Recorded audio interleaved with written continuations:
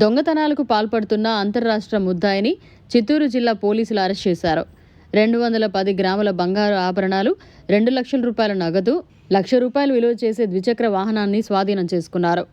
September 30వ తేదీన రామ్నగర్ కాలనీలో ఓ ఇంట్లో దొంగతనానికి పాల్పడిన కేసులో దర్యాప్తులో భాగంగా కర్ణాటక రాష్ట్రం బళ్ళారి కరిమానవ కాలనీకి చెందిన హనుమంతప్పను అరెస్ట్ చేసి అతని వద్ద నుంచి 210 గ్రాముల బంగారు ఆభరణాలు, ₹1,00,000 విలువ చేసే ఒక ద్విచక్ర వాహనాన్ని స్వాధీనం చేసుకుని రిమాండ్కు తరలించినట్లు డీఎస్పీ సాయినాథ్ తెలిపారు.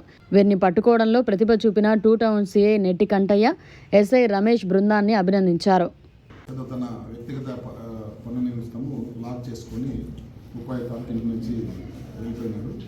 అదే రోజు రాత్రి దొంగతనం జరిగింది.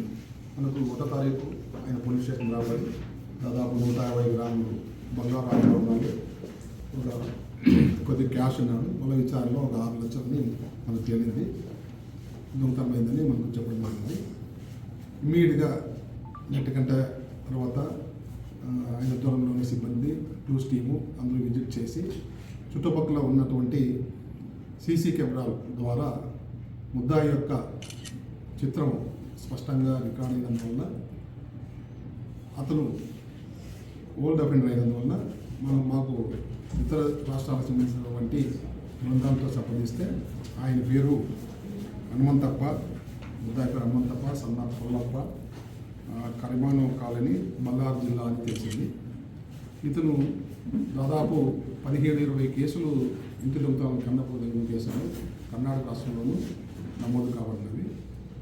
ఇది లాస్ట్ ఆగస్టు 10వ తారీఖు ఈయన జైలు నుంచి వచ్చి చిత్తూరు జైలు నుంచి వచ్చి బళ్ళారి, తర్వాత కొన్ని చోట్ల మనం పలమనేరు, మళ్ళీ మన చిత్తూరు, బుకరాయ సముద్రం, అనంతపురం, ఇంకా హుబ్లీ,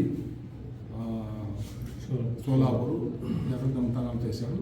కొన్ని చోట్లకు బంగారు 20 ఆభరణాలు కొన్ని చోట్ల దొరకలేదు. ఇతన్ని మేము ఛాలెంజ్గా తీసుకొని టెక్నికల్ ఆధారంగా ఇతను దొంగతనం చేసిన తర్వాత ఎక్కడ కూడా ఏదైనా నివాస లాడ్జెస్ కానీ ఎక్కడ ఉండదు. ఓన్లీ ఏదైనా హైవేలోనో ప్రయాణిస్తుంటాడు, 2 వీలర్లో. ఎక్కడ అనుకూలం ఉంటే అక్కడ బస్ చేస్తాను నైట్.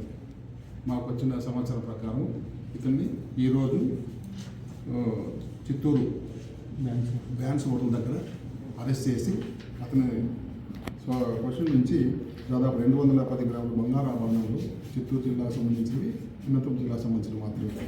ఇంకా మిగతా కర్ణాటక సంబంధించిన ప్రదేశాలు అతను నేరంలో అంగీకరించినాడు. మేము నమోదు చేయడం జరిగింది.